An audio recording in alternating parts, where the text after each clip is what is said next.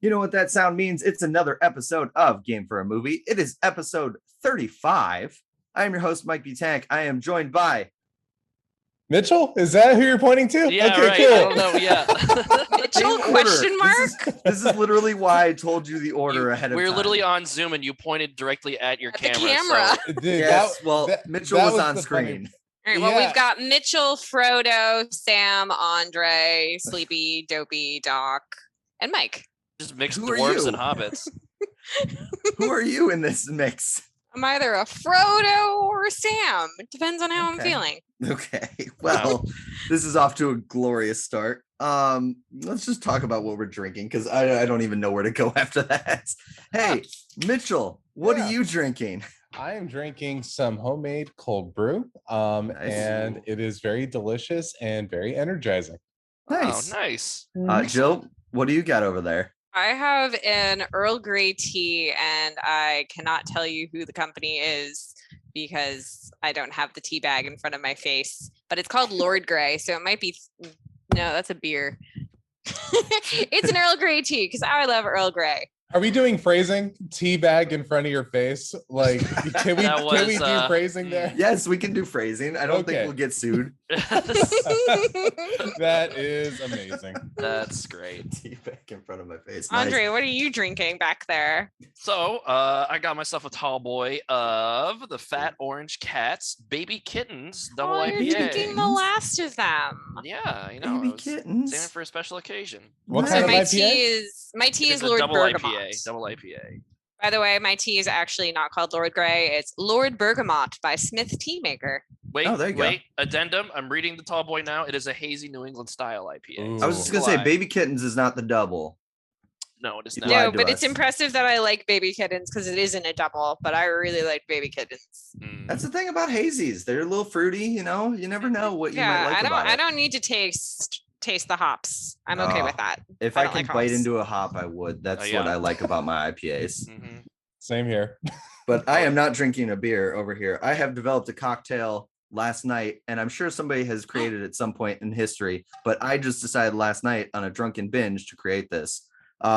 2 shots of Uncle Nearest, got a little bit of lemonade, and then Okay. a splash or 2 of grenadine over the top. So I am calling it a cherry Lynchburg lemonade. Ooh. Wow. Cherry what now? Lynchburg lemonade. Lynchburg lemonade. Would love to Cherry try some of that.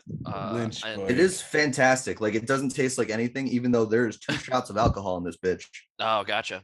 Yeah, I'm so excited that you started on your mixology journey. Yes, I love it. It's been fun. Yeah, Andre Um, made a flannel shirt and a paper plane for me last week, and both of those were deliciously deadly. Okay, we're still talking about cocktails, or is it, did he just sew a flannel shirt together? Flannel shirt. It's like it's a bourbon and apple cider drink. It tastes like fall in a cup. It's really good. Okay, nice. Wow. I learned about a campfire or bonfire, like a burning bonfire or something like that, and I'm intrigued to try this. Mm. It's cinnamon sticks. You burn it, put the glass over the top, and then you make the cocktail, and then it kind of like has that taste. It infuses the cinnamon. It's bourbon. It's a rum floater. Eventually, there's Whoa. Sunny D in it, of all things, Ew. and then the cinnamon is not sticks what go I over the expected. top of it.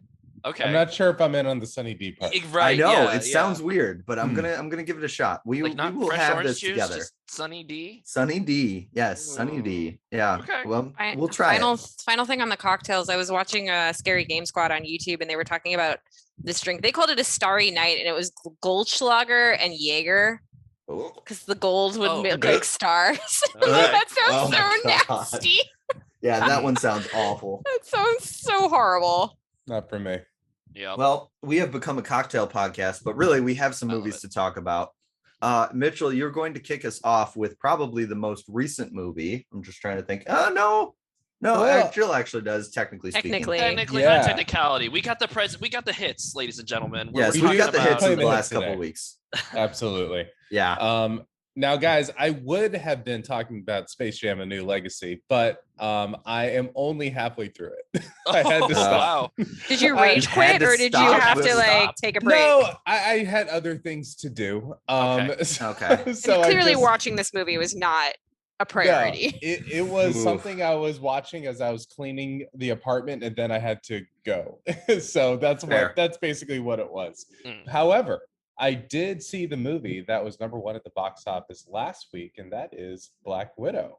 And So- #1 at the box office this week. Let's just call it what it is now. What? No, What? Space Jam No, dethroned Space it. Jam beat it. Space Yes. Jam beat it already? Yeah, Yeah. yeah. Space Jam beat I- it. Oh, that is I a think Dude, it's- LeBron monstrosity. literally just tweeted out to all of his haters that Space Jam is top of the box office this weekend. Yeah, Yeah, but no. I think it's only going to be top of the box office this one weekend. sure. But I think that's honestly going to be the trend for movies for the rest of the year. Probably it's going to be a week by week thing. I'm not sure if we're going to see movies that dominate for a month like we have in the past, just because I could stream this. You know, we could. Yeah. You could stream Black Widow on Disney Plus. You could stream Space Jam on HBO Max. Well, that's why I So- was kind of surprised that Space Jam beat it, was because I figured people were streaming that versus I agree. going to the theater. Now, granted, it was only 32 million for Space Mhm. Jam, and Black Widow had a historic drop off after week 1. Really? However, yeah, like over 80% cut. But let's get into the movie. I love the Yes. logistics of it all. I love the box office numbers, but beyond the figures that it earned globally and on Disney Plus, I'll say this: I thought this thing was pretty successful. And I'm not going to say that it is a top tier Marvel movie, but damn, it felt so good to watch an MCU flick back in a movie theater Mm. like Kevin Feige intended. So man. this, I know it was so fantastic. Don't get me wrong, I love Loki, WandaVision, and Falcon Winter Soldier. They're fun. Marvel is still definitely finding its footing with telling, episodic television stories. Mhm. They know exactly what they're doing when you're watching something on the big screen. So Hmm. this is a long overdue solo flick for Scarlett Johansson as the character Natasha Romanoff as Black Widow. And this is set right after Captain America Civil War, for those who were interested to see where this fell in the timeline, because spoilers, she's already dead in the main timeline for What? the MCU. I know. I'm sorry, Mike. Died? Oh, It's a 2-year-old spoiler at this point. But she is alive and kicking a lot of ass. The first half of the movie is basically looking at the relationship that she has with her family. That includes David Harbour and Florence Pugh, Rachel Weisz. They did not go cheap when it came to rounding out this cast. And they have what I thought were some of the more, I don't know, I thought a well-balanced, and let me just say this, I'm only talking about the first half when I'm blowing up this movie for how good it is. They have a Mhm. good mixture of great action chase sequences, and they have a great mixture of family dynamics. And that, when Marvel is able to capture both of those things in the same movie, that's when they soar. Then you have the second half where Mitchell's eyes glaze over oh no. when everything goes boom really quick. And it's one of the things, it's something that I hold against almost every Marvel movie, where the stakes are so big with the action.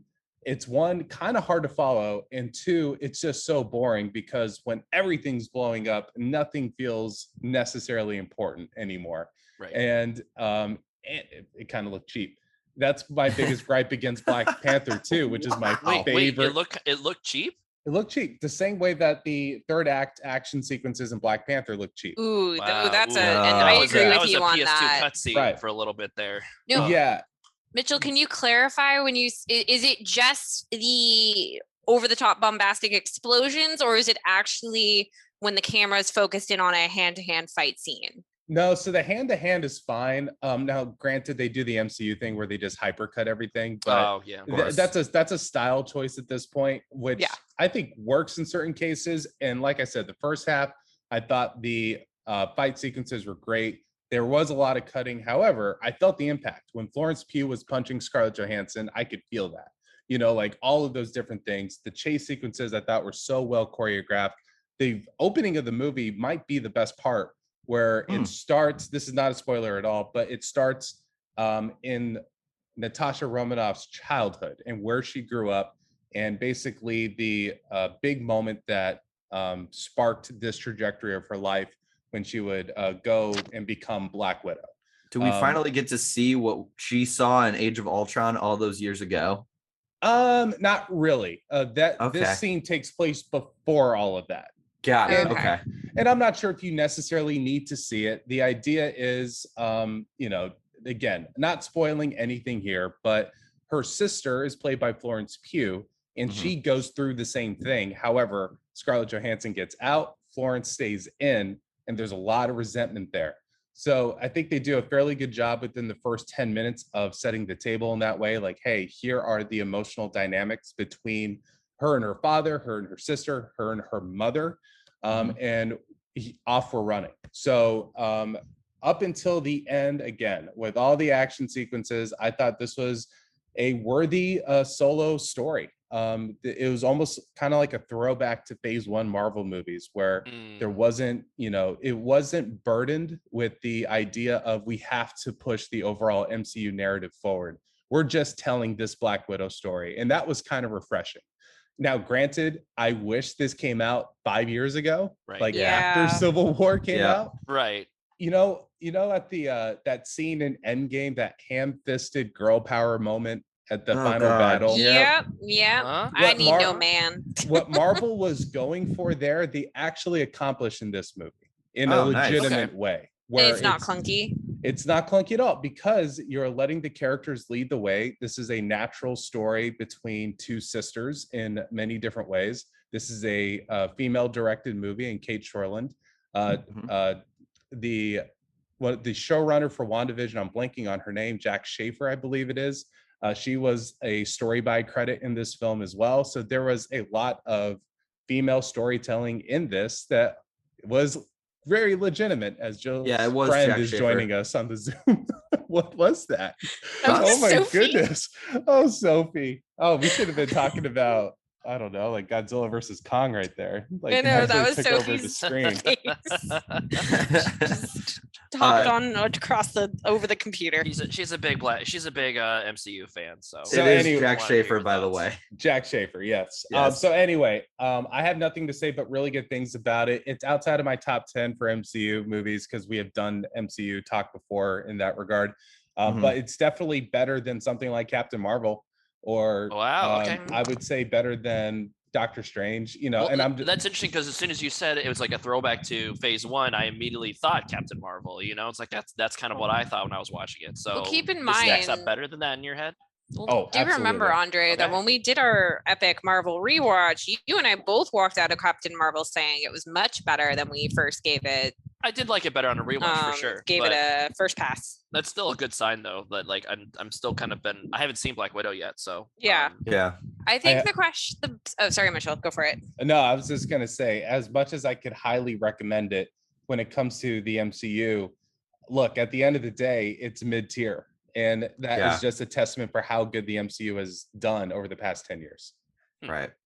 My big question that I have for you, Mitchell, is it too little too late for this film where it's like it's really great to see it, but what does it add? Or it's like, no, it doesn't matter that maybe it's 5 years too late. We're happy to have this included in the Marvel MCU canon. Yeah, I think in a perfect world, they would have made this movie 5 years ago. And I think that's when we could honestly have this storytelling capture the moment in the best way possible.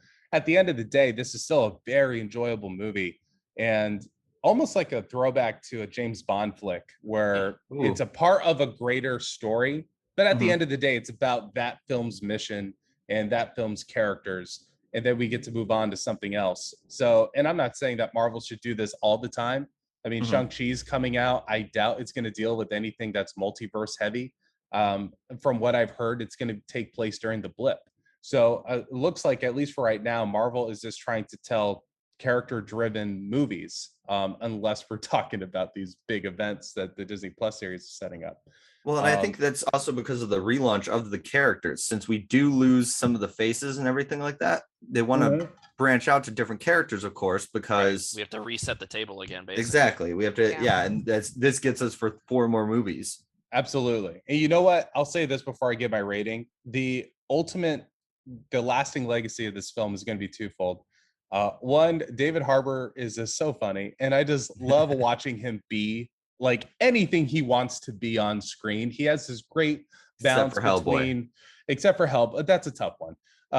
For this Red Guardian role that he plays, it is just so much fun to see a guy sink his teeth into a role where he knows he's a comic book character. He knows he's supposed to be over the top and have this kind of fantastical point of view that he is the Russian Captain America, and then at the same time have an emotional conversation with the person who I thought was the best part of this movie, and that is Florence Pugh.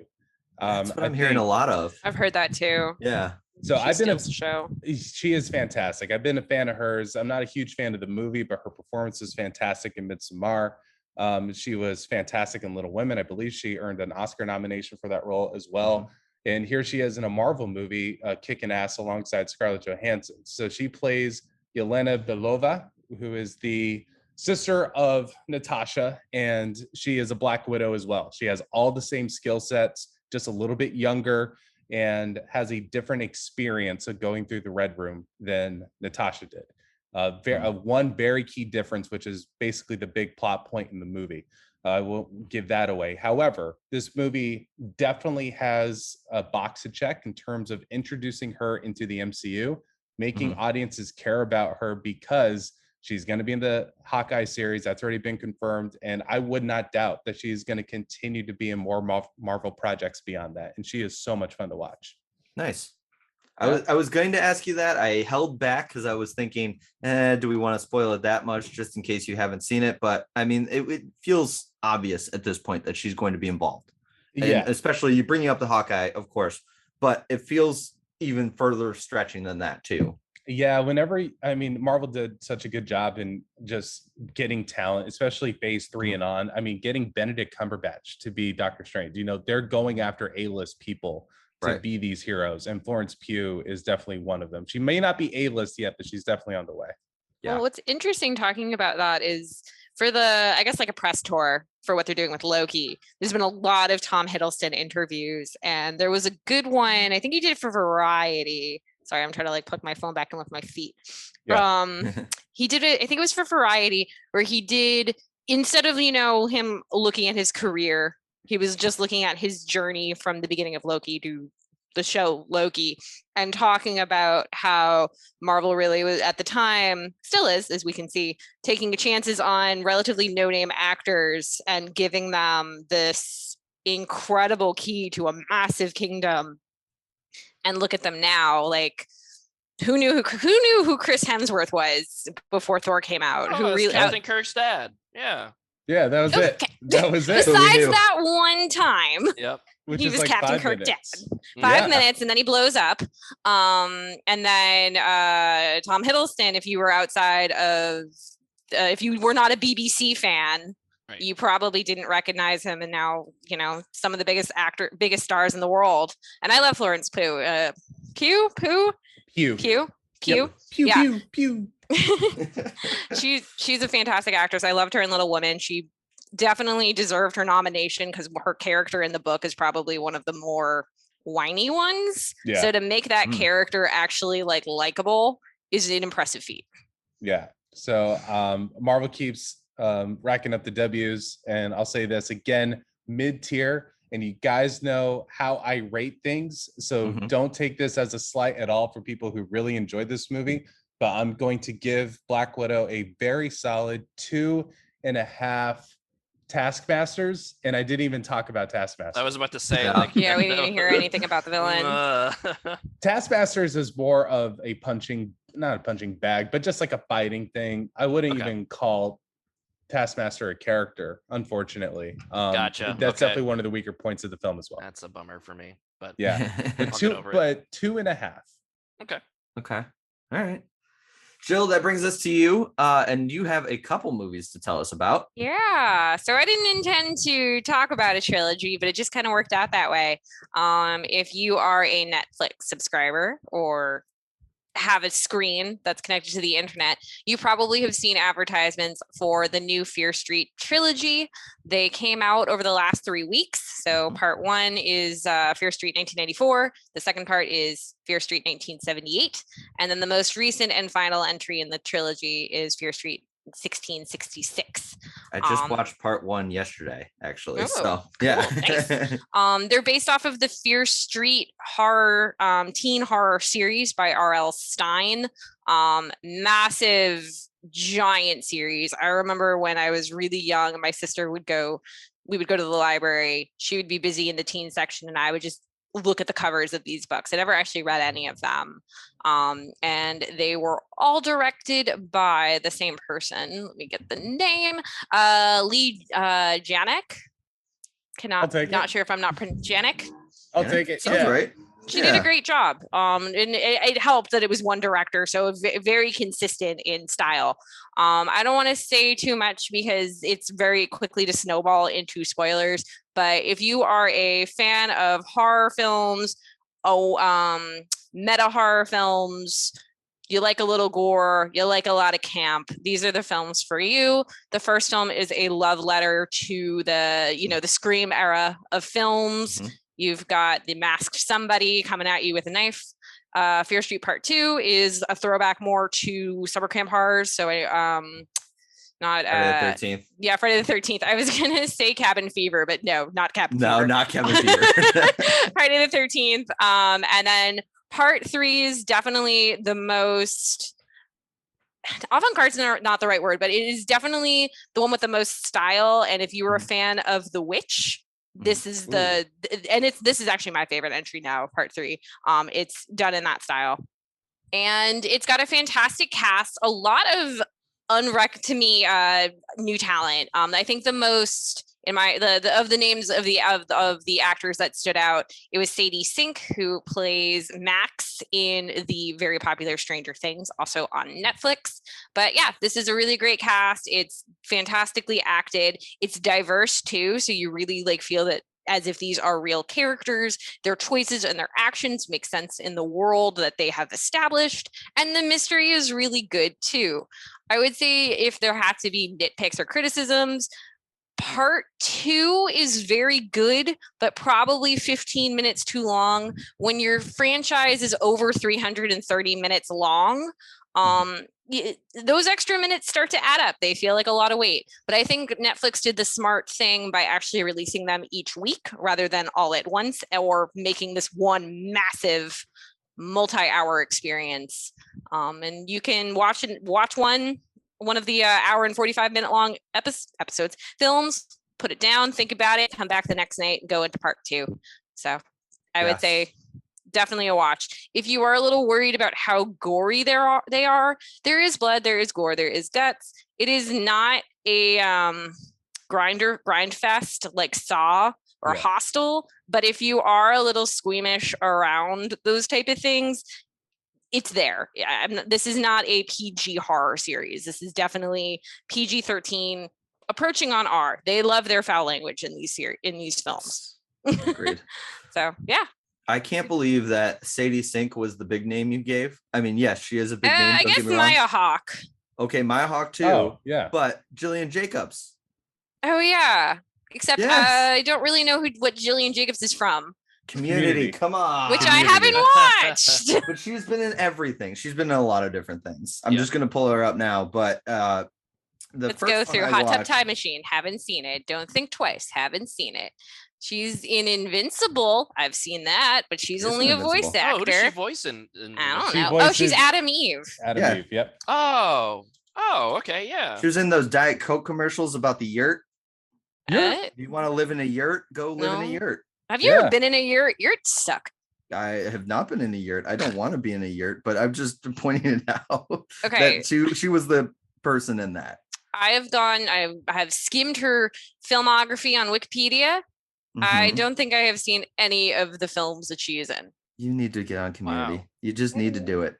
Do I? Because now at this point, it's like how I feel about Hunger Games. Everyone's like, "Oh, you should watch it." I'm like, how do Hunger Games get mixed into this? Yeah, exactly. You need Community, not Hunger Games. Yeah. Well, we can watch it together, Jill. It'll be great. I've heard of the movie Seeking a Friend for the End of the World. Is that the one with Steve Carell? Yep. Yeah. And who's Keira Knightley, Adam Brody. Yes. Keira Knightley. Yeah, we're bringing it back to Brody. Brody. So Jill, with these movies being based on R.L. Stine books, which obviously were intended for children and like an introductory to the horror genre, at least for me, do you feel like these movies upped the scare level a little bit, or did it match what you had expected from the books? So keep in mind, I never read the Fear Street series. I did read Goosebumps, like most children, or Yeah. That, and for me, it was Goosebumps. I didn't read Fear Street either. I would say that it definitely helps that they are not trying to aim this at a target audience of like tweens. They know that their target audience is 18 and up. They know 17 and 16-year-olds are watching this, but they don't care. Yeah, I think they do a really good job. I think if you are a fan of horror films, you can kind of see where where it's gonna go. But there are some good kills. This is not really a jump scare fest. Gotcha. Yeah. The only other thing that I can think of to say is that they do try to set the first two parts, 1994 and 1978, clearly are period pieces from the recent past. The last entry, 1666, is, deep period piece. My one other complaint, besides maybe the length, is that 1994 has a lot of anachronisms that really annoyed me. What do you mean? A character is using AOL. Ooh.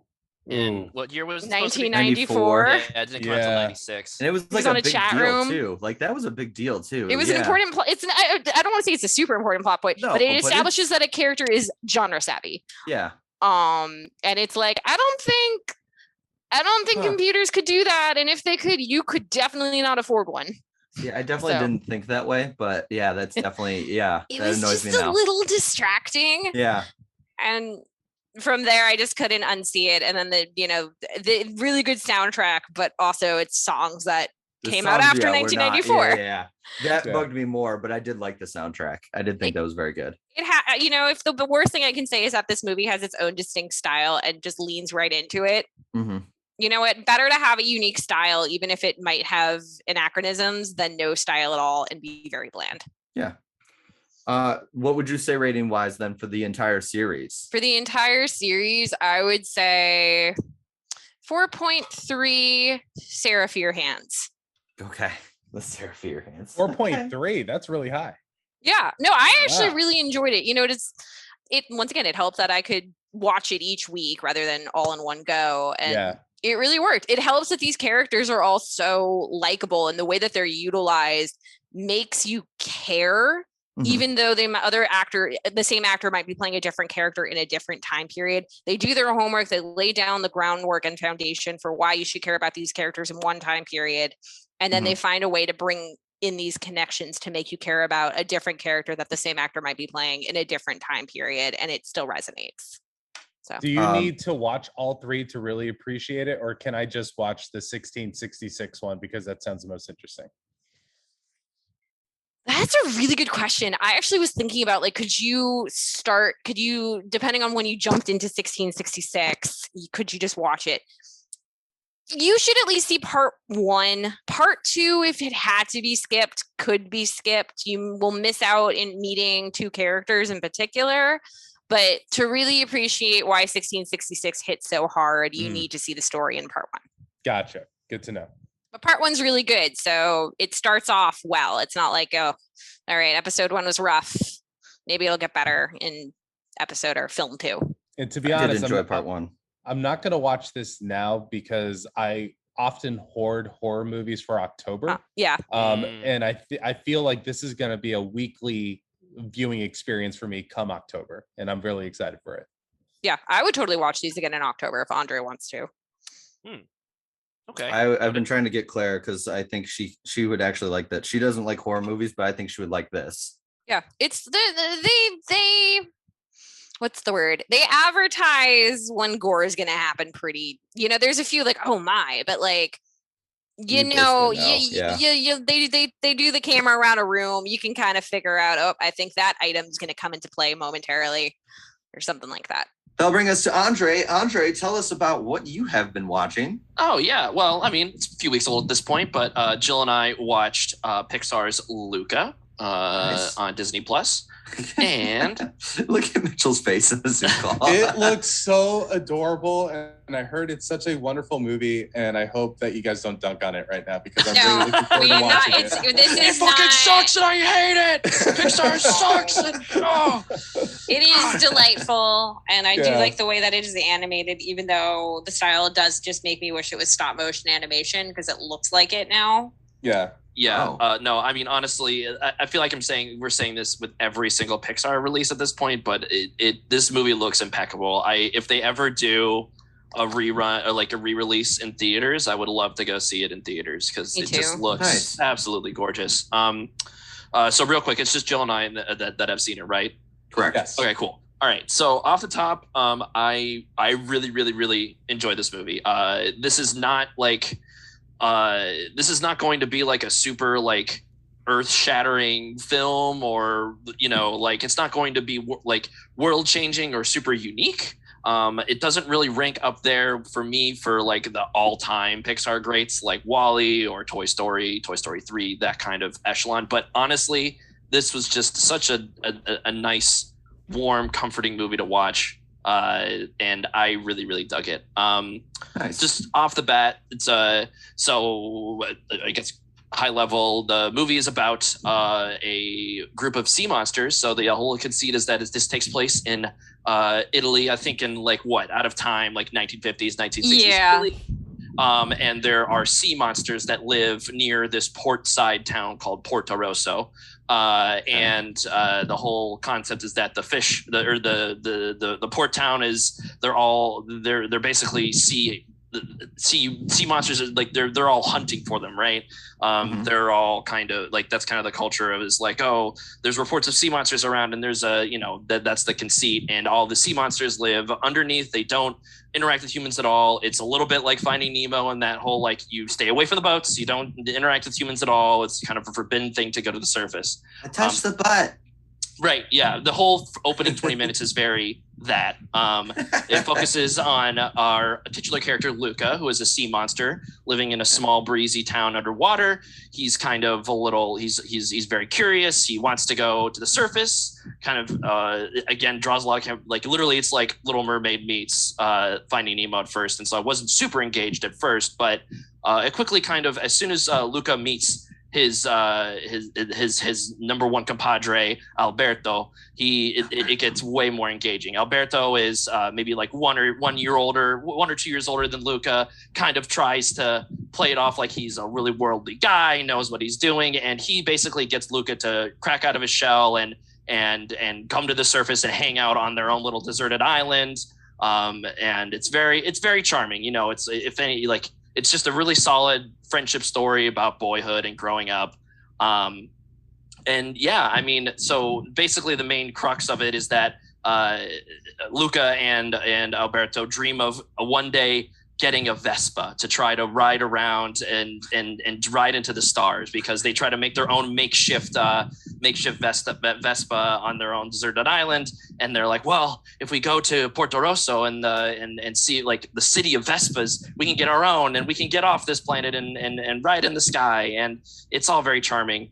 And I don't know, that's kind of the main point of them going to the port town. And I don't know. I don't want to get too bogged down in the narrative, but it's just this movie. The narrative beats are not super surprising at all. I will say that I appreciate that it does not have the tropey twist villain. As soon as the villain shows up on screen, it's the villain, and you absolutely hate his guts. Ercole, Visconti, everybody's name is just I don't know. They're also Italian. Uber Italian, yeah. Super charming. I mean, so I would say probably about most of the cast is not Italian, so it's kind of interesting to see them try to pronounce their names or whatever. I don't know how authentic it is, but still, it's all very over the top. Julia, the human girl that Alberto and Luca befriend, she's always like exclaiming in different pastas, like, I don't know. It's like Santa Rigatoni or something exactly. like that. Like I think they go through most of them by the end. And this all sounds cheesy and cheesy and a little bit much, but honestly, just with the way everything looks, especially the water effects, holy moly. So the main thing is that with the sea monsters, Luca and Alberto, as soon as they get wet, as soon as they go outside the water, they turn human, basically, right? They look like normal humans, but if any water gets on them, their scales start showing up again. They look like sea monsters. So the whole tension is them trying to blend in with the human crowd, the human culture, and everything like that.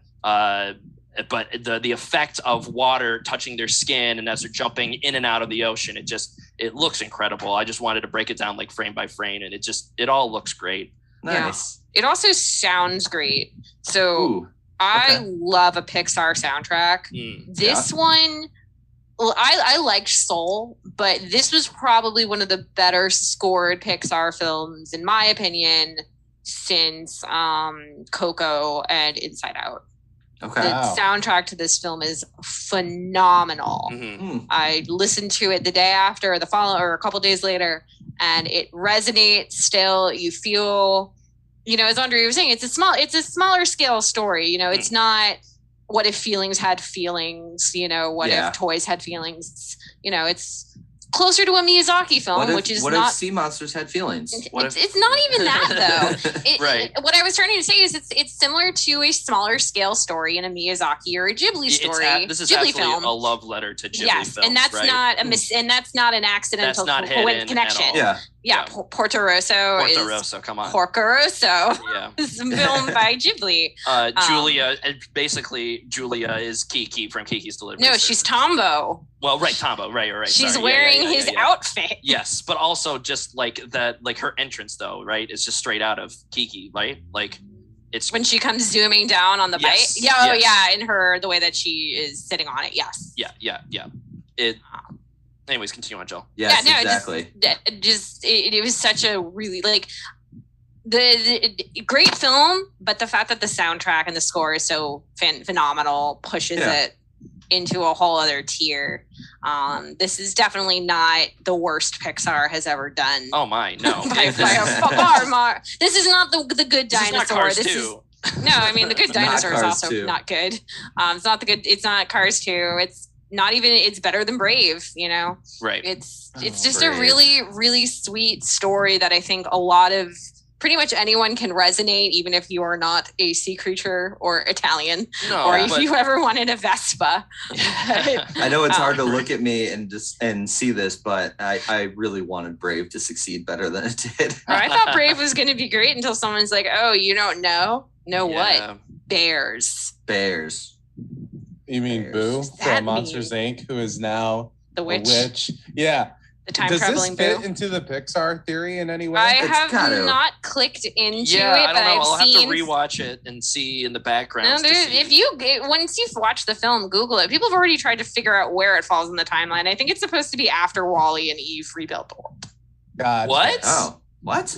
I don't, dude. If you watch Wall-E at the end of it, you've seen the ending montage. Yes, I have. Where it Yeah, does. that's definitely the future. And if you're saying it's 1950s and this is the future, what? Right. Luca, It's future 1950s. I think that timeline. makes sense because it's before monsters take over, and I could see this as sea monsters kind of being that bridge. Maybe. Right. But the main thing is that the sea monsters don't live off of fear, right? They don't use energy, right? And now you've got the new Monsters Inc. universe they're show just where hanging it's out. laugh energy. And then here's the thing, I kind of total tangent, but I forgot that I didn't realize that. So like the sea monsters, they just eat fish too, right? So there's a little section where Julia, the human friend, introduces Luca and Alberto to her father, who's a fisherman, right? Oh my gosh, what is her father's name? Massimo. Oh, I love Massimo. Anyways, he's like a very stern, large guy. He has a hook for a hand, and he's supposed to be very intimidating. He's a total softie, though. He's one of my favorite characters in the film. His cat Machiavelli. And their cat is named Machiavelli. It's so cute. Wow. That's funny. Anyway, so Massimo takes out, he's like, we need fish. He sell, that's his main source of income. And they're like, we need fish in order to save up for the race, in order to try to get the Vespa. So he takes Alberto out swimming, or out fishing rather. And I thought there was gonna be some big moral quandary, be like, oh no, he's gonna have to tell Massimo where all of his friends are, and they're gonna kill him. And then Alberto's like, yep, they're right over there. And I'm like, oh, they're treating them like livestock. Got it. Never mind. That was a disconnect on my part, not the movie's fault. But there's a very real moment there where I was like, wow, it's gonna get pretty dark. So the theory that I'm finding with and this is not a spoiler, is that because Luca and Alberto are sea monsters, that's the connection to the Monsters Inc. universe. So late after Wall-E rebuilds the world. Well, I'll have to give it another rewatch in order to see how this fits into the great Pixar canon. But for now, honestly, Luca, I have trouble saying it's like a super landmark movie like some of Pixar's other films are, but it's absolutely a great watch and just a really great feel-good movie, and it's a solid story about boyhood. So nice. On that note, I will give it, I think 3.25 Machiavellis out of 5. It's such a cute cat. I love Machiavelli cat. Very, very good cat. There you go. Has anyone else in the room who's seen Call Me by Your Name? I have not. Wait. You mean the Timothy Chalamet and Cannibal Hammer and Cannibal Guy. And Cannibal Hammer? And Army Hammer, that's right. Just because this movie has drawn a lot of comparisons with it, because of it's set in Italy, it's set in the not too distant past. I guess if we're using our Earth timeline, it being the 1950s, Call Me by Your Name is in the 80s, I believe. Yeah. And it's about, in that case, it was about a romance developing between two male characters. In this case, it sounds like this is a friendship between this two is male absolutely characters. Yeah. And so Jill and I were kind of having this conversation where looking at the poster and looking at the it's the trailer. It was the trailer. Yeah, you definitely can, like, if you watch the trailer for Luca, I could definitely see a narrative where Luca and Alberto are coded to be romantic with, like, in a romantic relationship, I guess. But like, what's up? So to close on that, but they're just, even though that they themselves are not actually coded to be queer, there is queer undertones to this film, even without the characters actually being queer. Luca is interested in the human world, but told to stay away from it because it's dangerous. So the fear of the unknown. And then when they're up there, they have to not be who they really are because they need to blend in with the humans. There is actually a lot of language that you could interpret as trans or intersexual, for sure. With that whole, like, hiding yourself and having to conceal yourself and whatever. I don't want to spoil the end of the movie, but definitely when characters talk like that, you can definitely get those tones for sure.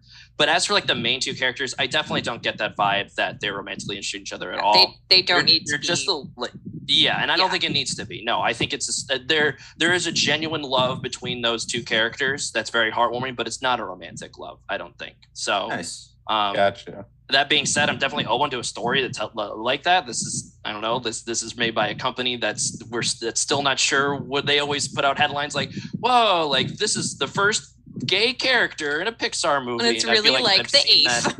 And it's like, okay, they're like, they only show on screen for like 2 seconds or something like that. They have 4 lines. There was a hilarious article on the Mary Sue about not Luca. I can't remember what. Maybe it was from Cruella. Where it was like, Disney announces its first openly gay character, and the article was saying, like, join the rest of them. Yeah. Disney can't seem to keep track. Oh, no, he wasn't LeFou openly was gay. Yeah, he wasn't openly. That's what it was. Yeah, wasn't there a character in On where they said, "Oh yeah, that police officer, she has a girlfriend"? Yeah. They're really happy to announce when there is a gay character, but it's like, why did you give us a neon sign for something that we would need a magnifying glass? Yeah, right. To notice it can't. Why do they have to be defined as they're gay? They're this person and they happen to have a husband. Yeah, I agree. I guess that brings it to me. It does. Yes. The big moment. Yes. Let me hear it. So we put out a poll, and I'm never going to suggest that again because that did not go well for me at all. You guys voted. You wanted me to talk about the bad movie. Jill and I have an arrangement of if we lost, it would be the next bad movie. So Jill has picked out for me Bratz, the movie. Woo! And we're not talking about the animated Bratz because they did make some animated movies. They're like hour-long specials, like the Barbie movies that seem to keep getting released and everything like that. This is the live-action Bratz movie. Talk about it. Say, Mike, what is your connection to the Bratz? Yeah, dolls? right. Are you a big Bratz head? Yeah. Did you ever play with one? Did you ever even touch one? I think I was too old for Bratz. Yeah, like Bratz was like out of our childhood. Yeah. Bratz was like the weird follow-up to Barbie, right? Yes. I can admit openly, like I've played with a Barbie or two before. I never owned them, but I've played with them before. Sure. Bratz doll was never on my radar except for my young cousins had one of them. And I think they all had Sasha, but I'm not sure. Couldn't even tell you which one that was. Yeah. Our 4 characters are Yasmin, Chloe, Sasha, and Jade. Yasmin is Hispanic and is a very good singer, but is also stage fright. Chloe is an excellent soccer player, but is also a klutz.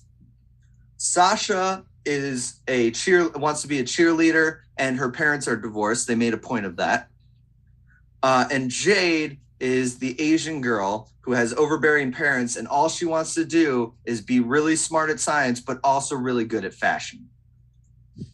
So if that sounds like any of you, good luck with that. Sounds like a cheat. The Jade sounds like a cheetah girl character. A little bit, yeah. Combined into 2 people. She's two very people much, into one. yeah. Like, yeah, I would agree with that. Mike, there's a big name actor in this movie too. There's a few. There is. Oh, I will get to it. There is a gigantic name. Yes. Yes. Don't worry. I will get to it. And I want to know which one you think is the gigantic actor, because you say there's a few, Jill. There is definitely not a few. There is one big name. There's 2, maybe 2. Okay. I definitely know the one. I'm curious who the 2 is. Well, no, who number 2 is, yeah. I'm curious who number 2 is as well. We talked about them. Okay. Well, I mean, we have John Voight. I'm going to get to John Voight. Yes! The Voight in the room. Voight in the room. Don't worry. I've got notes on all of this. I've got a huge list of notes, so let's just do it. Let's dive in. My first note is not a chance any of these girls are in high school. It is that definite trope of like, these are mid-20s girls playing high school characters. I don't know. 2007, one of the actresses was born in 1992. So how old would they have been in 2007? They would have been 15. 15, yeah. So she would have been in high school. All right. Wow. But the That rest. was Yasmin. Yasmin? Okay. Okay. The one who played Chloe definitely was older than 15. She was born in 1986. 86? Yeah, Okay. though. In her 20s. And Jade was 88. Okay. Also Born in older. 88. 19. And then Sasha was 89. Yes. So one of them was appropriately aged. The funny thing is, that's the one I would have guessed was definitely not a high schooler, which is sad for her. So the movie starts with like Yasmin like waking up, and she immediately jumps on the computer to Skype her friends. And you can tell they're 4 besties. They've been friends forever. They will always be friends forever. Everything is bubblegum and candy. They Skype every day to pick out outfits and like show each other what they're wearing, I guess. Such high maintenance. Yeah, so that started.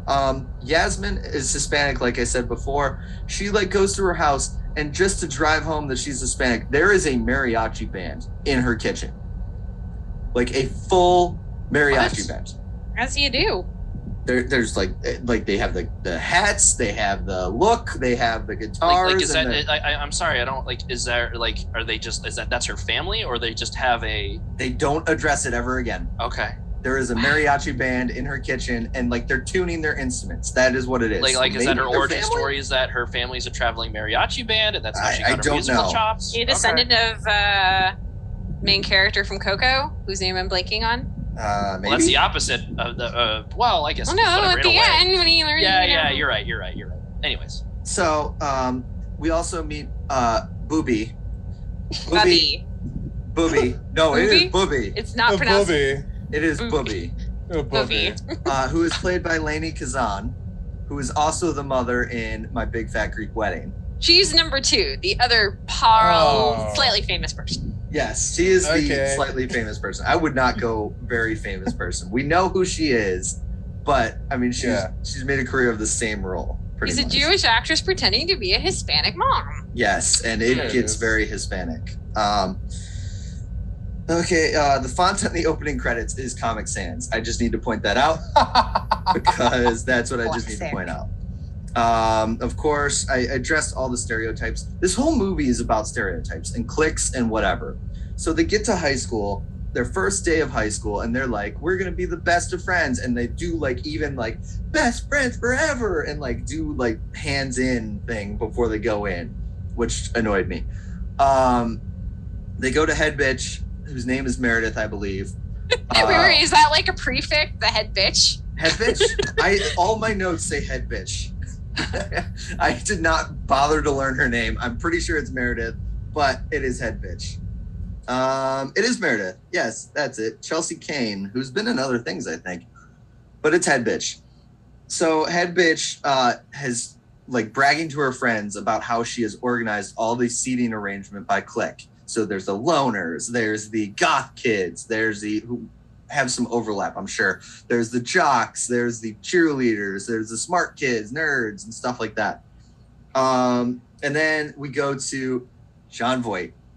John Voight is the principal and head bitch's dad. The first thing we see with him is he is reading a book called Prison for Dummies. What? Just in case you didn't know that high school is a prison, we've got this ham-fisted just Prison for Dummies book that he is reading. Maybe he's like reading up on it after his brief time at Camp Green Lake. No, head bitch gave it to him as a present so that he could follow along with her clique ways. Ugh, I hate it when kids parent the parent. Yep. Also, we got some thunder in my area. Oh, that's thunder. Is that what that is? Yeah. Oh yeah, you can hear that. Yeah, that's thunder. Okay, yeah, No that's way. what we're hearing something. Yeah. Sorry. My stomach. So this launches us into a montage showing us how great the four are at their things, but not the four. It's just the three of them. So I want to talk about this montage. There is a terrible CGI science project done by Jade. I'm not going to be able to keep them straight. There's a crazy cheerleading performance by Sasha. And finally, Chloe on the soccer field does a bicycle kick. Hey, that's cool. Okay. Dude, that's tight. Is that your brat, Mitchell? Dude. Is that who you identify with right Yeah, now? That's Getting my some favorite Luke Kang one. vibes over here. I mean, Oh, wow. Yes, absolutely. They also show us in the montage that we know that Yasmin wants to sing, but she doesn't want to put herself through it. So she's just staring into the choir room like, I want to sing. Baby. And she accidentally walks into somebody who is a deaf person. We don't learn his name at this time, so I don't have it until farther down the list. But she's like talking to him and he like talks, I'm going to say typical is what I will say. It's not normal, you know, it's typical. So he's not your stereotype deaf person. And she apologizes and he can't understand her because she's not looking at him and he can read lips really well. Yeah. And so he's just like, sorry, I'm deaf, like typical voice and everything like that. And she's like, you don't sound deaf. And he goes, well, you don't look ignorant, but you can't judge a book, right? And walks away. And that is the best line of the entire movie. Dude, that line goes hard. I love it. Dude, I'm going to use that on someone. Look ignorant. I'm so stealing that line. Do it. Oh, I have a note of holy damn owned. Does that line feel out of place in this movie? Yes, very. Okay. Very out of place. Because it definitely does. Yeah. And even with this character, like it just feels out of place. You learn more about him and it's just like, oh, come on, man. I hope he was like practicing in the mirror if that's the character. Oh, no, I just have images of this actor like staring at the mirror, getting ready. Yeah. Cute. Give him a montage. So basically then it goes to lunchtime and they're all like, okay, we're going to sit together. And so they go together or whatever.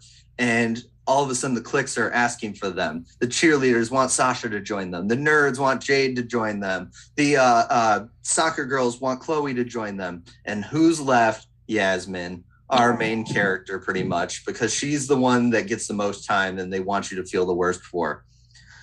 And then it jumps ahead 2 years. 2 years? 2 years. Wow. And somehow head bitch is still in high school. I don't know how, because she obviously has some kind of ranking where she's at the top. She's not a freshman too that's already implemented this thing. She's got to be somehow there. Maybe she failed secretly, and maybe. Or she knew that life doesn't get better after high school, and she doesn't want to admit her peak. Right. This movie brings up a talent show, and you just know where it's going to go. They're going to form a band or something to win the talent show, right? Hell yeah. Maybe. Well, that's spoilers. We'll get to there. But in order to compete in the talent show, you need to post your audition on MySpace. Oh, just shout out to outdated MySpace. technology. Well, tech alert. I think that's outdated even for 2007. 7? Is this when this came out? Yep. Yeah. like even Facebook was definitely the thing. So Yep. So we also learned the deaf kid wants to learn music. So there's an awfully awkward like DJ thing with the music teacher where it teaches him to like feel the beat on the speaker and then he can like DJ while he's feeling it. And it's just super awkward and like uncomfortable. Is that not how sound vibrations work? Oh my You know what? I've never been deaf, so I can't really tell you. Because isn't that like, did you ever see the movie Mr. Holland's Opus? Because isn't his son deaf? And, you know, the whole thing is that his character, John C. It's something Macy. What are we talking about? William H. Macy in Mr. Holland's Opus. He's like a musician. He's either a musical teacher or something like that. But his son is deaf and he can't connect with him. And then they have a breakthrough. And I thought it was like the son could feel the vibrations of the music. You're way beyond me on this. Okay. I have no clue. Okay. I don't know. It sounds kind of too Daredevil-y to me, but I don't even know. Well, our four heroines get into a bit of an argument with each other because Chloe is a klutz and is talking to head bitch's ex-boyfriend, or no, boyfriend at this point.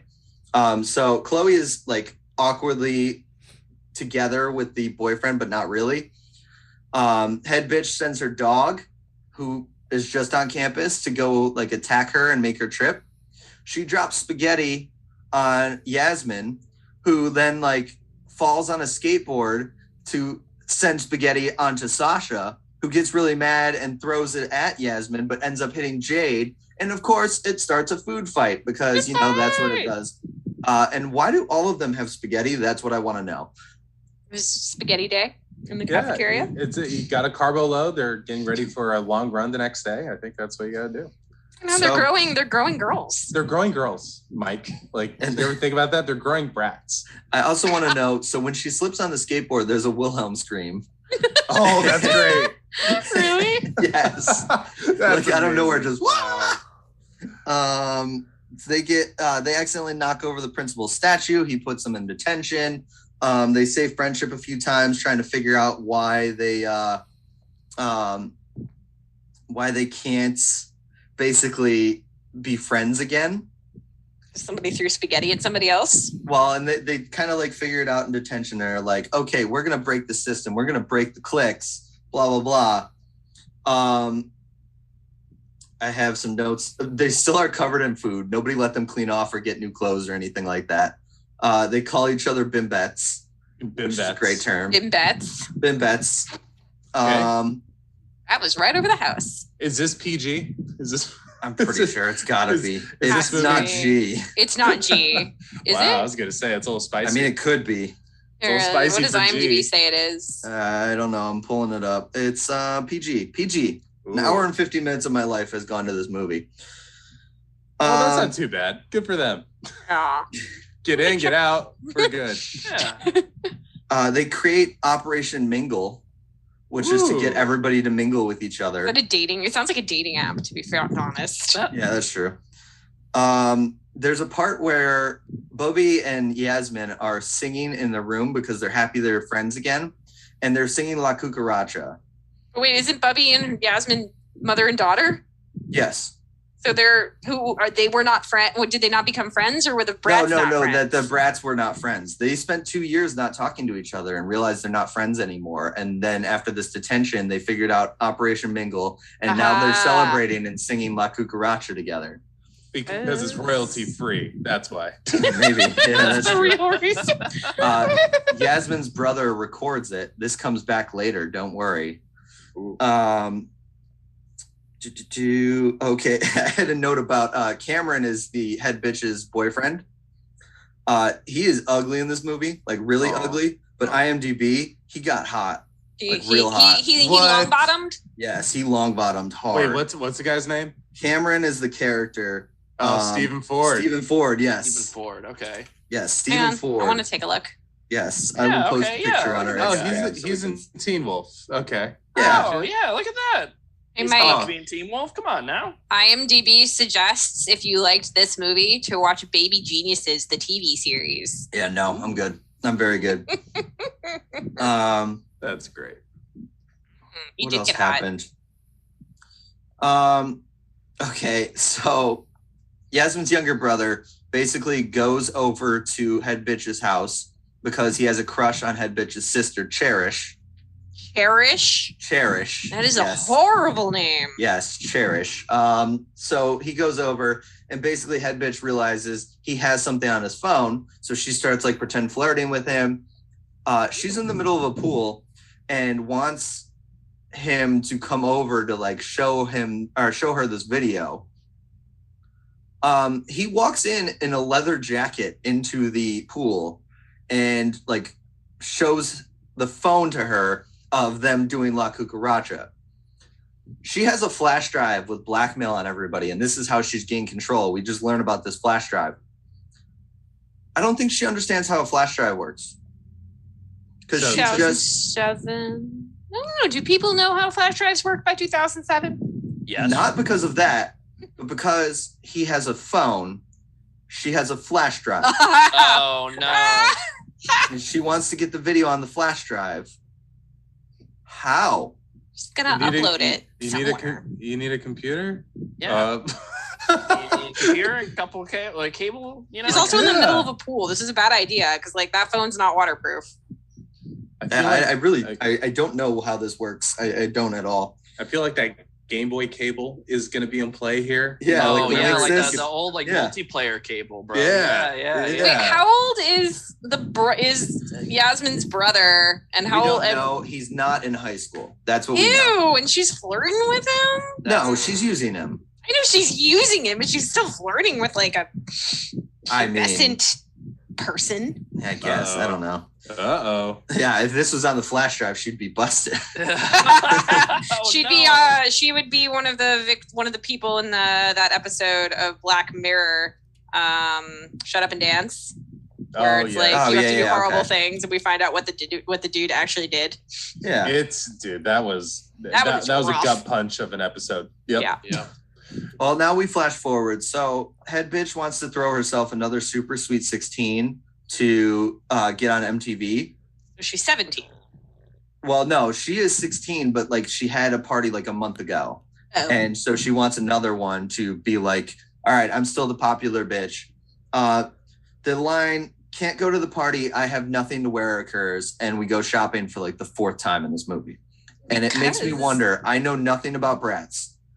Do they exist only to force little girls to believe that they need to buy everything or go to the mall or whatever? They're like, so don't quote me anybody on this because I don't know the actual history of why Bratz were a thing. But in like the early aughts, mid-aughts, Barbie came out with a line called the My Scene line. And it was like aimed at go-getting early 2000, mid-2000, like teens, young women. And they were very like fashionable. And I think Bratz was like, oh, okay, we see what you're doing there. We're going to do the same thing, but we're going to do more like streetwear, street fashion, high street fashion. Okay. So like they were definitely a fashion forward doll. Mm-hmm. So clothing was a big deal. Okay. Well, yeah, they bring it up a lot. So I figured that's what it was. It's a girl movie. Of course they're going to go shopping. I don't remember exactly what happens in this, but we learned that the deaf kid's name is Dylan. And the only note I have is Yasmin's kind of a dick to Dylan. So I don't know what she did. And this is, so at the Sweet 16 party, we learn why she can no longer sing in front of people, why she gets stage fright. She can't sing in front of people because in kindergarten, she threw up while singing. Ew. In kindergarten? In kindergarten. She just let that go. Those are formative years, though, man. I don't know. Yeah, that could scar you. So in 5th grade, I was in church choir, and I locked my knees and passed out in front of people. Wow. This was still in choir all of junior high and all of high school and 2 years of college. Good for you, man. Axl Rose? Oh, wait. Oh, we're talking about you. Yes, you, Mike. Well, congratulations for coming over, for hurdling your trauma. I'm just saying, I don't think that should have been that formative at kindergarten. Oh, true enough. But I don't know, man. Throwing up, that sounds like that sounds like gross. A lot for this young woman right there. That's no good. Do we see the vomit? Like, again, no, we do not see anything. It's a told story. It is Oh, not a got it. flashback story. It is a told story. So they're telling, not showing. Great. That's a Yes. hallmark of a great film. Yes, you have a screen in front of you. Why would you want to see that? Yeah. Well, I mean, Don't bodily people like to fluids. watch people throw up? Like, isn't that like how Jackass got famous or something? Yeah, that's a whole YouTube genre now. Absolutely. I don't want to watch people throw up. I like people getting hurt.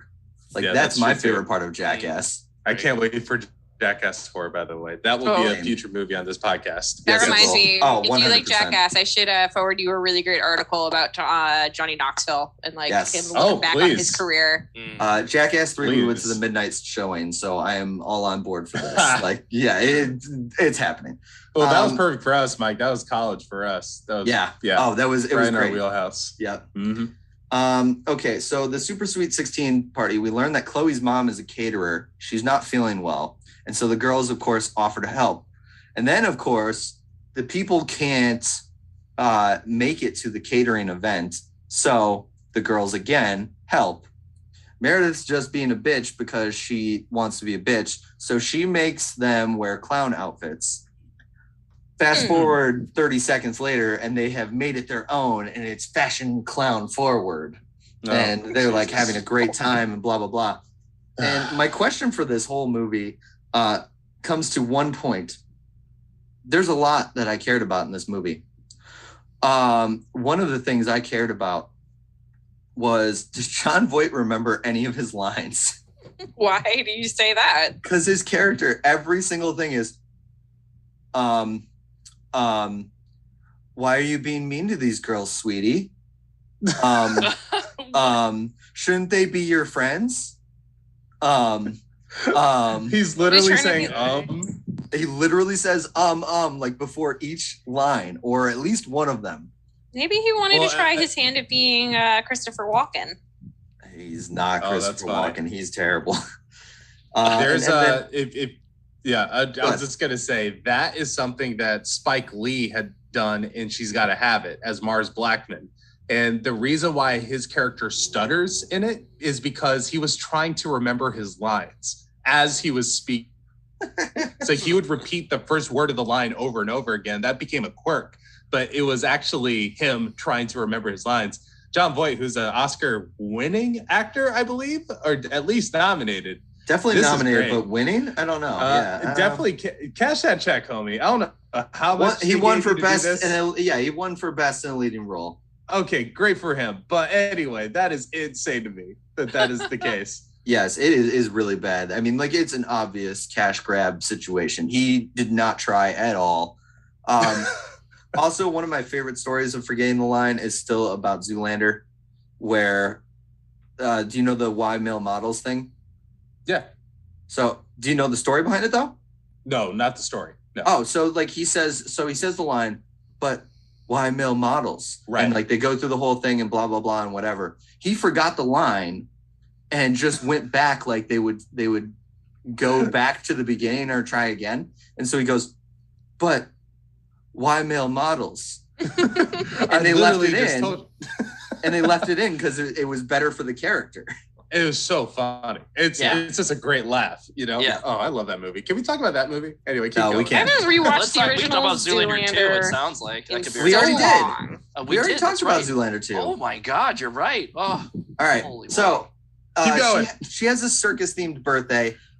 She ends up getting knocked into the pool because of the girl's fault. This is Meredith. This is slash the head bitch. Yes. Head bitch gets knocked into the pool. And she says the line that is the ultimate roll credits. She goes, you, Bratz. Oh, Wow. hey, There roll it is. credits. Roll credits. Put that up there with Christopher Walken in Country Bears. It's not over yet. what a- Bears. Oh, there it is. Yeah. So That's you it, Bratz. And then so basically we flash forward to You said flash forward a lot. yes. Oh, they don't care to explain anything. They're done with this scene, so they just move to the next scene. And with The next scene, scene- move on now. The next scene they've realized they need to compete in the talent show because Chloe is desperate. She lives with a single mother and she's not going to be able to go to college. So they need to win a talent show because the winners get a scholarship and they're going to give it to Chloe. And so they decide that they're going to form a band, and they're going to force Yasmin to sing because she has the best voice. Supposedly. And what do you think the band name is? Bratz The with the Big Z. Bets. Bratz with the Z. Yeah. Because Chloe walks. Oh. They're trying to find a name for their band, and Chloe walks up while they're discussing and goes, "What's up, Bratz?" Mm-hmm. Bratz. As women do. Bratz. Oh my God. Blah blah blah blah. Yes. Meredith is blackmailing, or head bitch is blackmailing Chloe because when her mom worked for her, things disappeared. And she's telling this to Yasmin. So Yasmin basically pulls out of the talent show. There's another MySpace reference. I don't remember what it is, but I just wanted to make sure that we know there's two of them. I wonder if Tom had a guest spot in this. Oh, I know. What happened to Tom? Where's my boy? I also wanted to be known this movie could have ended 4 times already. So it's the Return of King, the Return of the King of Return of Kings. Return of Yes. Kings. The Return of King. Yes.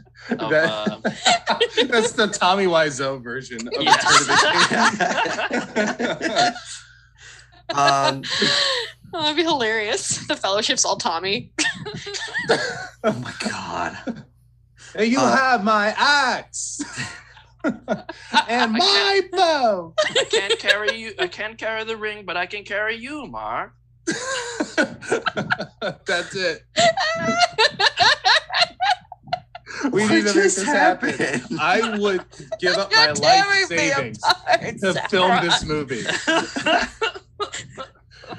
Oh my God. You should do it. shall not pass. He wouldn't know how to do. Like, I feel like when it came to Gollum or Schmeagol, it was just Oh my God, Tommy Just Wiseau is Gollum. don't please. tell him you're recording and Yeah. just have him exist in the universe, and that's He's- Gollum. he's still gonna wear all the chains and whatnot. Cause chains all rings, man. Oh my God. Yeah. Okay. We got our next project. Give Tommy Wiseau $500,000 to make his Lord of the Rings trilogy. Perfect. Let's do it. Lord of the Wiseaus. Yes. We've got Vampire Boys 3 and Lord of the Wiseaus.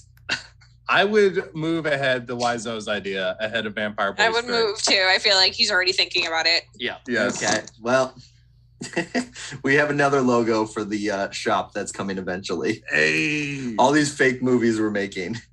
Dude, this one I want to be real. Yeah, I did too. I'm getting Tommy on the phone right now. If we have his agent, or he's probably his own agent, let's be real.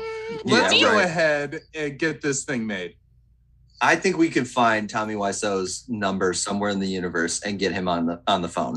Guys, I don't see why we just don't do our own fan film of all of us being Tommy Wiseau Oh my and God. doing it. Easy, Yes. because none of us can do as good an accent as Andre, and then we all look bad. Why don't by we just have comparison. Andre do it all? Oh, We're yeah, just, that's a Make lot. Andre do it all. Yes, Oh. this is how we do it. I we'll think just- just gonna do contact my pivotal agent. scenes. Yeah, We'll just do contact pivotal your agent. scenes. Contact your agent, Andre. We'll hammer out the details. Putting Don't a lot worry.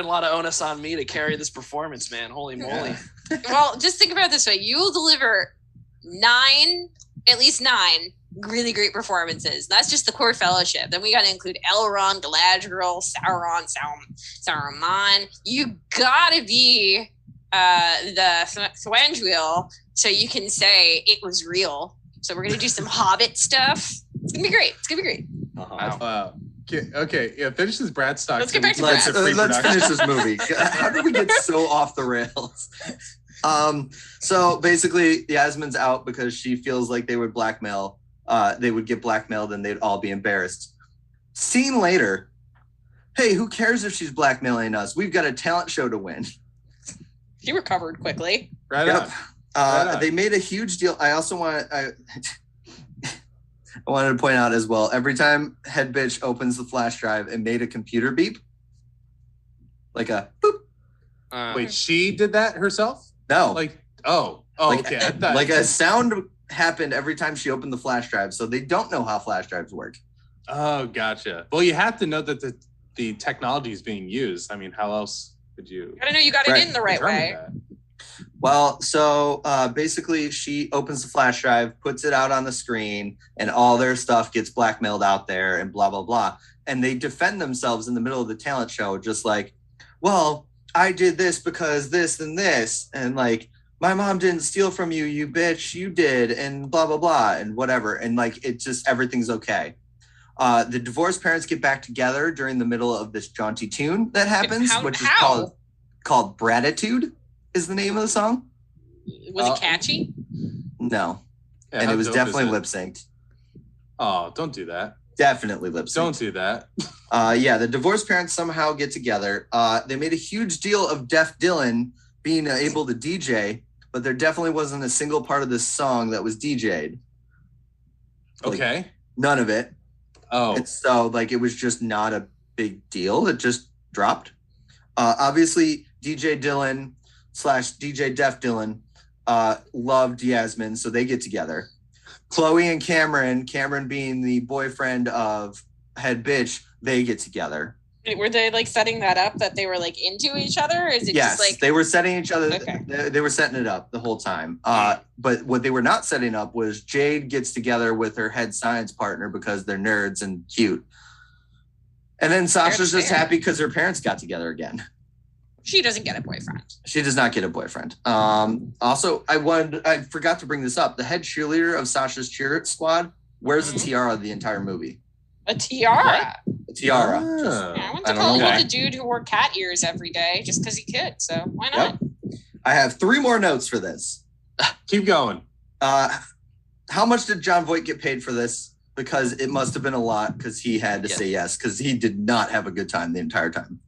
He didn't look like he was having a fun You don't time. think He he was did not it for the having fun. Maybe he did the movie for the grandkids. Maybe, That's what I'm but I thinking, doubt too. it. That's what I'm thinking too. I don't know. What else do I got? So the deciding the deciding vote, the talent show winner gets, I can't remember what the first thing was, but the second thing was the scholarship, and that was the important thing. They tie. What? Head bitch gets whatever the first prize was that I can't remember, and the Bratz get the scholarship, so Chloe can go to college and everything's okay. Hey. Right? That's what we wanted. That's But what they college said we isn't going to wanted. be important for these girls because it just so happens the president of MTV was at this high school talent show Oh, and spare wants me. to offer them a contract. Of course. Spare me. That's awful. Yep. Oh, they're gonna be on Brett. What was not Flavor of Love? The other one. Flavor of Love. No, they're getting a Brett- contract the as a Brett band. thing. Wait, MTV does bands? Oh, I thought they yeah, did dating shows. No, they did making the band with P. Diddy. Absolutely. Well, Which for me was made into an icon because of Dave Chappelle. I know it's hard to believe, Jill, but MTV stands for music television. They do have recording artists. They used to. They used to. He used to. 2007 at least. RIP to those days. TRL, Yeah. what's up? Yeah, right. So yeah, they got a recording contract. So the Bratz can now be an album somewhere somehow, and definitely lip synced. Oh, they really are like the Cheetah Girls. Yeah, yeah.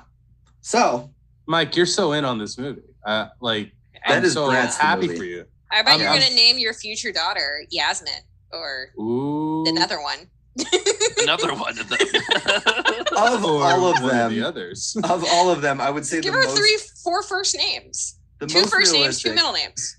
The most realistic of them all is probably Jade. So that would probably be if I were to name my daughter after any of them, which is still a 0 chance possibility. It would probably be Jade. Okay. But and I also want to say how this is my third and final note. This entire movie was about fashion. They never look good. Wow. They never look fashionable. Whoa. Well, okay. Keep in Shots mind fired. that this is 2007, right? I mean, fashion surely is way different now than it was back then, right? For high school girls, no. Yes. I mean, was anybody wearing like a skinny scarf and No, too many there belts? There was maybe too many belts. I don't remember that exactly. Yeah, none of them looked fashionable in my idea of fashion. And I'm not a high fashion person, as I say, sitting in gym shorts and a t-shirt. Like it's not me sitting here going, oh yeah, I am mean, definitely the this most movie- fashionable person. this movie's only. Would you say this movie's trying to lean into the Mean Girls? Yes, 100%. I mean, the started with the fact that there's clicks for everything. Yeah. You know, we had the plastics. These were definitely like the head bitch was leader of the plastics. So, you know, it's trying to be Mean Girls. It fails miserably. I'm going to show you guys a picture on my phone here while on the camera. And you tell me, is this hot fashion? If you can see. I mean, I like the skirt and belt look on the one on the far right. Oh, that's totally of the era. Yeah, totally right. of the era. It is of the era. Yeah? All right. I'm looking at like the I guess the movie, the cover that would be on the VHS. The So DVD. that's Jade. That was the fashionable one. You know, she's doing her job. I don't know. I'm seeing some capri pants. What I also didn't get is like they were dressing for like 3 different temperatures. Chloe was always wearing long sleeves and jeans. The rest of them were wearing like some kind of shorts, and Yasmin always had a jacket. Maybe Yasmin runs cold, you know? We don't know. I guess. But I mean, still, all that air conditioning? it's California, probably. Oh, yeah. Oh, But totally. a lot of AC. They have AC in California. I mean, it's Yeah, all we sure sun do. all the time. Like We sure do. every shot is just bright sunshine, like trying to make you feel good and everything. Don't you like know that. it doesn't rain in California either? Mm-hmm. Well, we need the rain. That's the unfortunate I've been part. told Right. that. We desperately need it. Yep. All right, so I guess I'll give it a final rating. I'm gonna probably, give it a 0.25 out of 5. 0.25. Yes. Music teacher inspirational speeches. Not montages. I feel like there was a lot of montages. There was a lot of montages. You know what? Sure. 0.25 montages out of 5. It was, no. They made a movie, but I can't give it the Mitchell 0 because they made it half-assed movie. Wow. They got John Voight. Yep. I think that alone, like the casting department deserves some kind of award for somehow wrangling him into this. Right. Like How did that's they get no John small Voight feat. this? They must have had some blackmail on this dude. And they're like, They had a flash drive. They had a flash Get a flash drive. drive. They had a flash drive and there's some bad stuff on there. So they're like, hey, we're going to release this unless you do our shitty movie. And sure enough, that's Yep. exactly what they did. It's a flash drive But- connected to a phone. I just did a Fellowship of Ring poster art for us. If we do want to go ahead and market this love movie, the Fellowship of Ring. Oh wow, that's very good. We're gonna need a lot of different Tommy Wiseaus. I love it. we need it. We need Oh I my need this in God. my life. Yes. All right, well, we'll make that a thing. We're gonna take a quick break. We're gonna give a shout out to our friend in the hashtag the Illumipati that got the clues right for watching the Bratz movie. I posted 3 clues.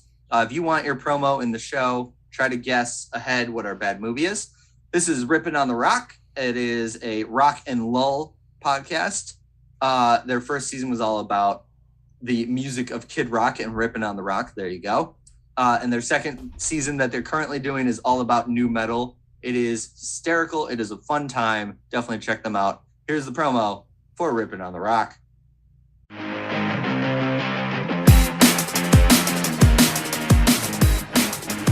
What's up, rap rockers, showstoppers, dreadlockers? Babyface Memphis Reigns here to tell you about Rippin' on the Rocks, brand spanking new series, Dreaded New Metal.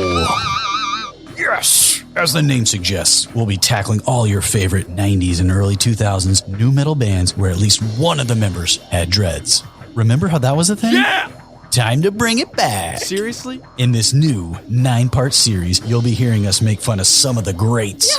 Rage Against the Machine, a.k.a. Radom, a.k.a. Rage, a.k.a. Reggae Against the Bordello of Murillo. Spray on a farmer tan because we're shucking that Bakersfield bumper crop. Corn, da boom doctor.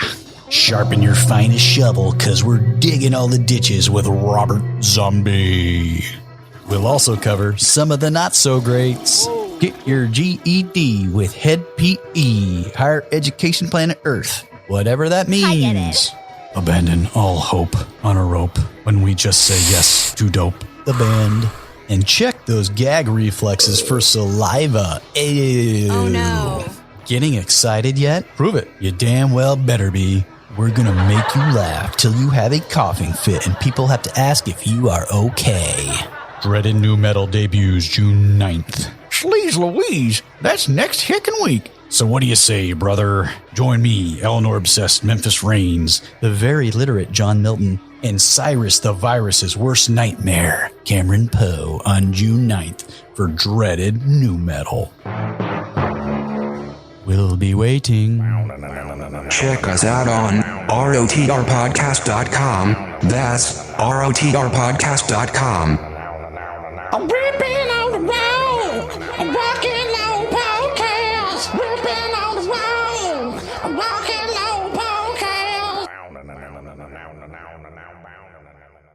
That was the promo for Rippin' on the Rock. We appreciate them entirely for guessing our movie. It brings us to our segment, hashtag Cash or Trash. Mitchell, you're the one that's starting us off, and it seems like you're going somewhere. So hopefully you can still talk while going somewhere. Yeah, because I'm picking this up because this isn't your typical cash or trash, which we typically have done for streaming shows or movies. And we just give a yes or no. Okay. This one is actually a little book of mine that I want to give a cash or trash to. Oh, and it's because it is based on a movie. It is written by, what's his name? Quentin Tarantino? Anyway. Right. Very niche guy. I've very niche guy, very in his own element. And I don't know if any of you guys have heard of him, but he did make a little movie that I absolutely adored 2 years ago called Once Upon a Time in Hollywood. And most recently, a couple weeks ago, he released a paperback novel of the movie. And there is a lot more to explore in this universe. A lot of people thought that how the movie played out, they're like, wow, this would have been a great miniseries or a great TV show because of how long you spend time with the characters and how disinterested with plot that the movie seems to be. And this is exactly what those people ordered, I think, because it explores the characters a lot more. You have more of a backstory of how they got there. And also the narrator for this offers some insight to where these characters end up going after the events of the movie. Which is really cool. It's very atmospheric. So if you dug the vibes of Once Upon a Time in Hollywood, I think this is a book for you. It's a very breezy read. I'm about, it's a 400-page book. I'm at page 241. I'm a slow reader, but this was done in like 3 sittings. So for me, it's just like very easy to read. You already know the characters going into it. And it's just living inside of Tarantino's head for just a few more hours. And it's been great so far. So cash for this. Nice. I like that the cover looks like a book that would have been written in the 60s, early 70s. Yeah, so that was his pitch to the publishing company, was that he didn't want a hardback, and they are going to release one later, but he wanted the initial print to be a paperback novelization of the movie because that's what he grew up reading. Those were the first books that he read were novelizations of whatever movies he saw in the 70s. And that was that used to be a really big thing, even for us as kids. Novelizations, yes. Yeah. I read The Lost World, man. There you go. There you go. And wait, the actual Lost World or the novelization of the movie? No, the actual Lost World before, I guess. Oh, well, all right. So not novelization, I guess. But no, he did. Now I may be backing up. I thought he did something before, and then he did one based on the story to include more like a novelization of the movie. Are you talking Michael Crichton? When he read? Okay. So maybe I'm wrong. Okay. Well, I used to read novelizations all the time. So there we go. Well, this is wonderful. And if you were really into character and how that is written, there's just lovely chapters dedicated to the main stars. You're first introduced to Sharon Tate, not with her landing in LAX after filming a movie. It's with her actually hitchhiking from Texas to get to Hollywood back when she was just starting as an actress. So really cool stuff in here. Nice. Mitchell, I just learned you can read. I know. It's amazing, right? Dude, congrats. Congrats, man. I just learned. Jill, what do you got for cash or trash? I mean, it's a little outdated now, and I talked about it on Twitter, but Clarkson's Farm, Jeremy Clarkson's Amazon Prime show, where he already owned the farm, but he owns a massive ass farm in rural England. And the whole crux of the show is his original farmer who took care of the land has retired. So he's like, why not? I'll do it. And what was really interesting is that it was filmed mostly in 2019 into 2020. So the first like 4 or 5 episodes, things are going as normal, but of course it's not normal because Jeremy Clarkson's involved. And then there's a whole episode where the pandemic sweeps through, but because they're considered an essential industry, they're allowed to keep going, but the lockdowns are going through. And it was just really interesting watching this play out, not in real time, but there's no artificiality behind it. Okay. They are genuinely reacting to the uncertainty of the pandemic when things were first coming out. If you like Jeremy Clarkson, if you're a fan of Top Gear from the Hammond, May, and Clarkson edition of that, or the Grand Tour, you're going to really enjoy this. So I'm going to say cash. Nice. Andre? All right. I am also really, really stretching the limits of the definition of cash or trash here. But last week, I watched a whole lot of speed runs on Summer Games Done Quick 2021 on Twitch. And so to catch you guys up, Games Done Quick, it's a Twitch channel. They run events basically every 6 months, right? And it's like the Olympics of speedrunning, basically. But the catch is that all of the pros, basically it's all for charity. So I believe let me look at the numbers. So basically it's a week long where streamers from various gaming communities come and stream a certain category for their specified video game. And it's 1 week straight of just going from game to game to game. And they'll have incentives where you can donate to, where like, for example, I think for the Super Mario 60 or for the Legend of Zelda Ocarina of Time speed run, you could donate to pick a certain file name or pick a certain character with this run. And they raised $2.9 million for Doctors Without Borders. Fantastic. Yeah, it was a really, really fun watch. This Twitch channel, the Games Done Quick, it's still active right now. They just stream one-off games and highlighting various members of the community. Very positive, very welcoming community. Like, it's speedrunning in and of itself is this whole entire subculture that I just love looking into from the outside looking in. Mm-hmm. I play lots of games. I play them way too casually to ever get at that skill level, but there's just something to be said of watching a man play Super Mario 64, getting 70 stars to beat the game, all while wearing a blindfold. Yeah, that was insane. Yeah, and there was just so many hype moments. It's a really well done production. This has been going on for about, I think, almost 10 years now. And nice. It started as this really small thing, and now they've kind of really have a really lean production going, where they have really solid commentators to explain to everybody like how exactly tricks are, like when people are basically breaking a game in half. They do a really good job of explaining, here's how insane this trick is, here's how much effort goes into this, and here's why this is really, really cool. So it's so easy to just jump into the narrative and kind of really root for the streamers to get to the end of the game as quickly as possible. Nice. Highly recommend it. All the VODs are on YouTube, but the next event would be all the way from in January 2022. But really, really fun watch, and it's for a great cause. And yeah, just really thankful for Games Done Quick. Fantastic. So I take that as a cash. That is a definite cash. It's a donation, I guess, really, right? Yeah, there you go. It's a donation. I like that. Well, as I said earlier in this episode, I watched Fear Street 1994 Part 1 yesterday. Yesterday, I was working from home, so I actually got 2 movies in. There's a brand new movie that just came out with Karen Gillan called Gunpowder Milkshake. Oh, yeah. Mm-hmm. That's beautiful. It is, I think I'm doing a disservice by calling it the female John Wick, but you can tell how they take stuff from that. It is very well shot. There's a lot of cool, scenery and then it's very choreographed. The choreography of the fights are very well done. So I think it's an insult to call it the female John Wick because it's its own thing. It's very well done. Interesting story.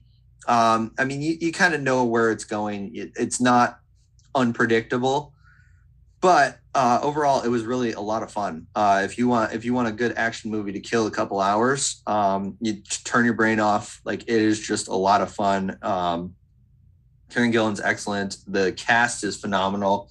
Yeah, it's very well done. So I will say that Gunpowder Milkshake is cash. Nice. Also, in the first 5 minutes, 4 milkshakes for drink. Wow. So That's a lot of milkshakes. That's a lot of milkshakes. If you're wondering where the milkshake comes in, that's where it is. And then obviously lots of gunpowder. Yes. That'll do it then, I guess, for episode 35 of Game for a Movie, guys. Ooh, 35. 35. Wow. I know. When is this podcast going to hit its midlife crisis? I feel like it's heading there. I mean, we did just make Mike watch a movie for. Oh, I've got one that I'm going to make somebody watch eventually. Because a certain movie was on television earlier today that Claire turned on that I forgot existed because I tried to block it out of my head. And I think I want either Mitchell or Andre to watch it because it kills a certain actor. It's not Indiana Jones. It is not Indiana Jones. No. Damn. Okay. No, good. it is not. It is not Crystal Skull. I know that one exists, even though I pretend it doesn't. Oh, it's Avatar then. Nope. The Avatar? The Avatar. Yeah. No, well, I mean, we still do want to make Andre watch I want my Avatar. bingo. I want to watch that with y'all and drink things. Episode 45. I want to do too. That I want to do. 45. 10 right. episodes from now, we will all do it together. Hey, it doesn't actually have to be 10 episodes from now. We've been sticking to the 15s. If we want to do it, we can do it whenever. Cool. Thank you guys for stopping by. Thank you, Jill, for our first Game for a Movie trailer. Thank you. Hey. Yeah, if you haven't checked that out, it is on our YouTube channel, which is at Game for a Movie. It is on anywhere you get podcasts for the audio version. The video version, she watched the trailer along, so you can also watch the trailer while she does. The audio version, I got rid of the watch just because it doesn't do much if you can't watch the trailer. But yeah, we're going to be doing more like that, where a single host takes over and talks about a trailer that they either care about, don't care about. I'm going to do one shortly about a certain kids movie. That is your preview for that. Okay. But yeah, thank you very much, Joe, for that. If you want to reach us, Game for a Movie on Facebook, Game for a Movie P1 on Twitter, Game for a Movie podcast on Instagram, I'm pretty sure. It may just be Game for a Movie. I don't remember off the top of my head. That's it. I've been your host, Mike B. Tank. I have been joined by, in the same order, Mitchell. Jill. Andre. Thank you guys very much for listening. We'll see you next time on Game for a Movie, where we ask, are you game for a movie? Yeah, I think I'm game. Yeah. Would you speed run it, Andre? Oh, man. Yeah, let's do Game for a Movie, any percent blindfolded. Let's go. Blindfolded. You don't have to be seeing to be able to do this part. I feel like you can't do the ball gag, though. Now, guys, I had a blindfold on this gag. whole movie, but I Whoa. gotta say that the visual effects were not up to par. That's all I'm gonna say.